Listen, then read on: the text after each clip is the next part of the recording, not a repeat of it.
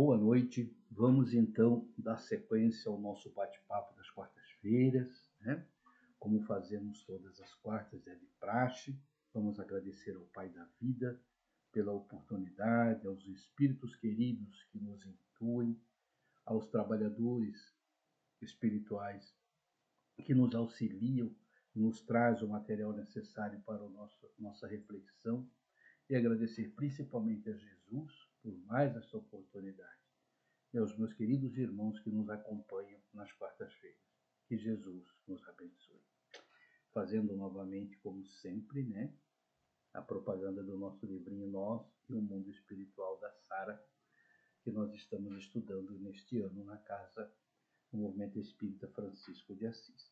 O tema de hoje, na sequência da Sara aqui, é: por que o Espiritismo surgiu nesta época? Então vamos lá ver o que ela nos traz. Ela nos diz o seguinte: a doutrina espírita é um curso de conhecimento superior que só poderia ser ministrado numa época de maiores avanços no campo das ciências e do conhecimento humano. Informam os espíritos que estamos vivendo o final de um grande ciclo evolutivo da Terra, em trânsito para uma nova era, e isto é visível em toda parte. Mas, para que essa transição para a nova civilização se torne viável, é necessário que a mentalidade vigente sofra inúmeras mudanças. Usando de simbolismos, poderíamos dizer que se torna necessário o nascimento cósmico que o Espiritismo representa uma grande ajuda neste parto. Vejam bem, o Espiritismo representa uma grande ajuda nesse parto, desse nascimento cósmico. Não é a solução, porque as pessoas pensam assim: poxa, os espíritas estão, né, muito metidos, achando que a doutrina espírita resolve o problema da humanidade. Não é isso. A Sara está nos dizendo que o Espiritismo será de uma grande ajuda. Por quê? Porque ele nos traz, ele revive através do Evangelho as leis morais de Cristo. O cristianismo, por assim dizer. Aquele cristianismo nascente lá de Simão Pedro, de André, de Bartolomeu, né? Aquele que, infelizmente, ficou legado a outras intenções. Não é o nosso caso de entrarmos em detalhes. E ela continua: dessa forma, podemos entender que até ontem o sistema religioso do mundo cristão formava o útero da nossa fé. Hoje, a força da vida empurra e a razão atrai para esse nascimento. O que o Espiritismo nos ensina? Né? Que devemos passar tudo pelo crivo da razão e do bom senso. Né? E continua Sara, como um exemplo fantástico que ela deu aqui. Olha só. O feto humano permanece cercado por todas as comodidades. Não precisa sequer sugar o alimento. Não sente frio, nem calor, e seu corpo está protegido de possíveis agressões físicas. Ele flutua serenamente em seu mundo no seio materno. É um simples feto, mas quando seu crescimento o torna apto a mudar de ambiente, subir um degrau em sua evolução, ele nasce. Abandona aquela comodidade e começa a participar da vida, e isto lhe custa esforço. Preste atenção. Precisa começar seu aprendizado na escola das capacidades, das aptidões, e esse aprendizado só ele pode realizar. É tarefa que não pode ser feita por outros. É ele quem irá chorar quando sentir fome ou estiver com algum incômodo. Os primeiros passos serão dados por seus próprios pés, e seu esforço pessoal que lhe irá facultar a fala e assim por diante. Ora, ela fez uma comparação fantástica de um feto, né, que tem toda a comodidade do útero materno até o momento do nascimento. Chega um momento que ele precisa, ele não pode, não tem como continuar naquele estágio, naquela comodidade, com aquela proteção toda.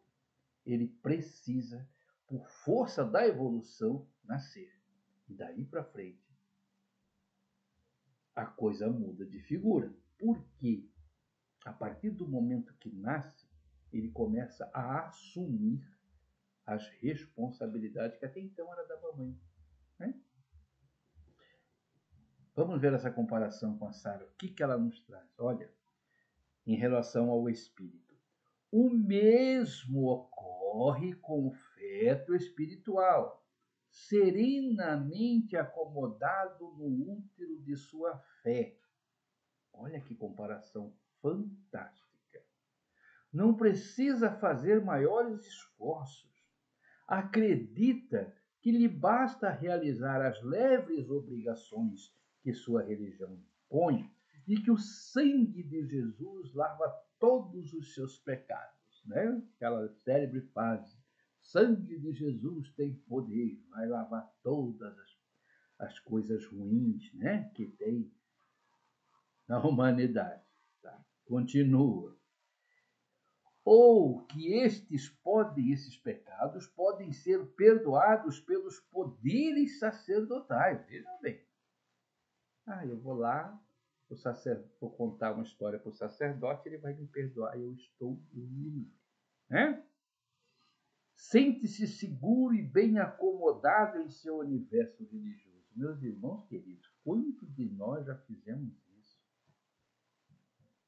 Que antes de conhecermos a doutrina espírita, nós achávamos que os líderes das igrejas que frequentávamos, não importa a denominação, eles eram responsáveis por nós, por perdoar nossos pecados, nos dava obrigação, tipo, olha, você fez, eu fiz isso de errado, minha consciência está pesada. Faz o seguinte, reza aí 2 Pai Nosso, 3 Ave Maria e está resolvido.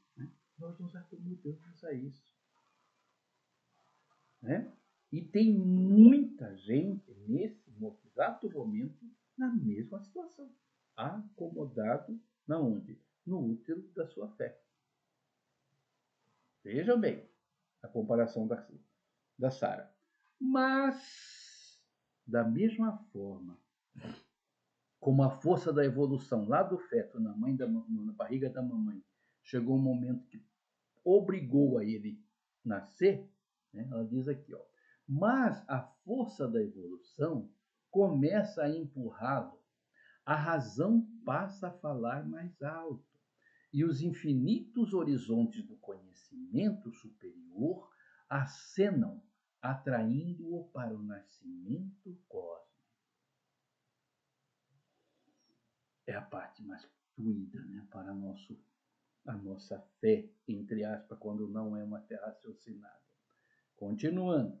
Nessas circunstâncias, muitos preferem continuar vegetando em seus simbólicos úteros espirituais enquanto a lei permitir.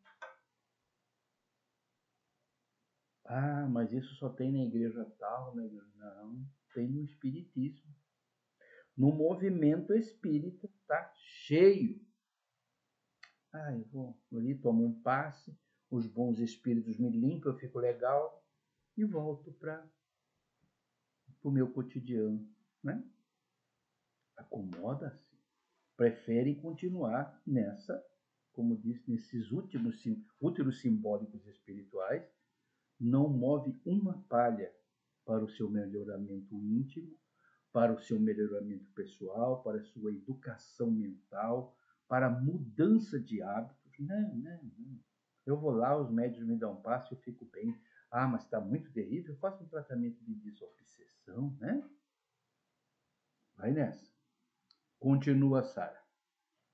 Outros decidem romper suas cristalizações milenares e nascer para a nova mentalidade, um novo status espiritual, onde o esforço próprio é o caminho para as grandes realizações interiores, a conquista da autoiluminação, da paz, da harmonia com o todo, da felicidade plena e imorredoura, de aptidões supranormais, percepções cada vez mais amplas, conhecimentos que extrapolam o comum.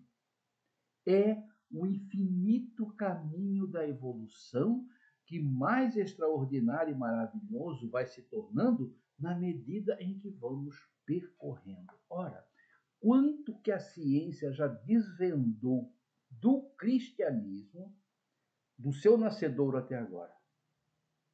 Se nós observarmos a evolução científica, nós vamos entender, meu Deus do céu, muita, mas muita coisa que inclusive está na Bíblia, que hoje não resiste mais uma análise científica. Porque naquela época também não tinha os recursos científicos que nós temos hoje, a evolução da ciência. Por isso que o Espiritismo tem essa, como se diz, esse feedback com os seus frequentadores, com os seus, como se diz assim, com os seus membros, né, os que professam essa doutrina, porque evolui junto com a ciência. Porque o Espiritismo se apoia num tripé, que é ciência, filosofia e religião. Então nós não ficamos só na religião e na filosofia, nós também seguimos a ciência. E a ciência a cada dia nos desvenda coisas novas e novos conhecimentos começam a surgir a partir dessas novas descobertas. Se observarmos, só para título de curiosidade, né? Tem uma passagem bíblica que diz: Josué parou o sol. Se vocês forem lá, vocês vão achar. Só que o sol sempre foi parado. Quem girava era a terra. Só que na época ninguém sabia disso, né? Agora que nós, com o avanço da ciência, que nós ficamos sabendo. E a Sara continua a nos dizer, ó, nesse nascimento espiritual, tá? Descobrimos também que Jesus, em vez de ser aquele mártir da cruz que nos foi mostrado desde lá de trás, ele é o grande cientista sideral que nos trouxe com o Evangelho a mais completa cartilha da ciência do bem viver. Ora, como que eu faço para ser feliz? Todos nós buscamos a felicidade. Busque no Evangelho. Lá tem a receita prontinha, né? A ciência do bem viver. Só que essa ciência também nos cobra algumas coisas que nós temos que extirpar do nosso eu interior. É isso que fica difícil. Mas nós vamos chegar ali, quer ver? Continua Sara. O parto cósmico, achei bonito isso aqui, o parto cósmico é doloroso por colocar o ser diante de suas próprias responsabilidades, mas é uma dor necessária para quem deseja sair da estagnação. Sem dor, não há evolução. Como assim? Sem dor, não há evolução nesta fase do nosso crescimento espiritual. Por que sem dor não há evolução nessa fase do nosso crescimento espiritual? Nós falamos agora há pouco, né? A Sara nos diz, quer dizer, que nós nos acomodamos. Nos acomodamos aonde? Na nossa, né? Prefere continuar vegetando nos seus simbólicos úteros espirituais. Muitos continuam. Porque é fácil eu chegar para o líder da minha igreja, da minha, né, lá no meu templo, e falar para ele, olha, você me perdoa, pede para Deus aí me perdoar. E ele faz uma prece para mim, me dá uma água benta e eu estou perdoado. É fácil. Agora, quando a doutrina espírita, através de Jesus, vem nos dizer que Deus não perdoa. Vai falar, hã? Como assim? Deus não perdoa porque ele é onisciente. Ele já sabia de antemão o que nós íamos fazer. Agora, o que ele quer de nós? A nossa felicidade, o nosso bem-estar. E quem é o responsável pela nossa felicidade, o nosso bem-estar? Nós. Os espíritos não vão fazer a nossa parte. Jesus não vai fazer a nossa parte. Deus não vai fazer a nossa parte. Eles nos dão os caminhos. O Evangelho nos dá, como diz aqui, ó, é uma cartilha da ciência do bem viver. Cabe a cada um tomar a sua rédea e seguir.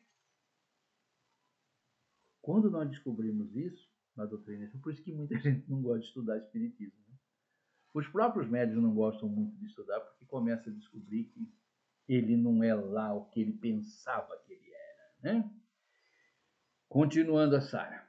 Enquanto o espiritismo com novas esperanças para a humanidade, muitos perguntam como isso será possível, já que a maldade, a violência, a corrupção, a ganância e outros valores negativos se alastram nos ambientes humanos, deixando a impressão de que tudo está piorando em vez de melhorar. Principalmente para nós espíritas, que lemos Humberto de Campos através do Chico, Brasil, coração do mundo, pátria do Evangelho. Fala, mas como? Com essa caterva que está aí, com esse poder corrupto que o Brasil vem cultivando há tempos, como que isso aqui vai ser a pátria do Evangelho?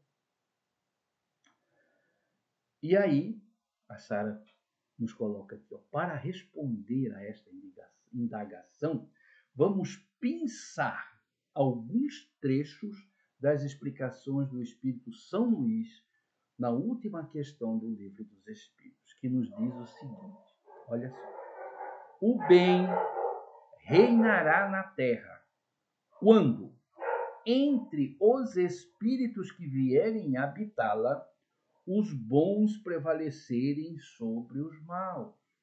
Já começamos a entender quando que isso aqui vai melhorar. Olha só. Então, farão reinar o amor e a justiça, fonte do bem e da felicidade.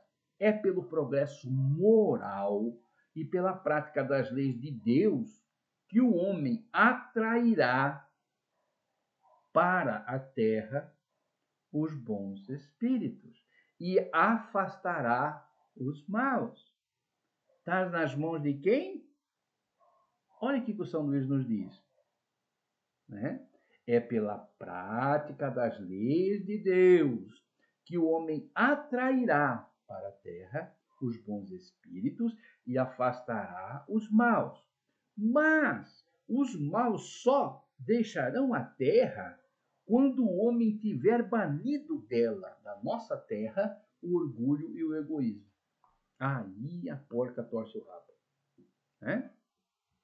Enquanto não abolirmos o orgulho e o egoísmo das nossas ações, fica difícil. Ah, mas quem sou eu num rol de bilhões de seres? Eu faço parte da família universal. Eu faço parte dessas células, grupos de células que movimenta a nossa escola. Não podemos esquecer disso. A transformação da humanidade, continua Sara, já foi predita, e vós já tocais o momento que todos os homens que auxiliam o progresso estão tornando cada vez mais próximos.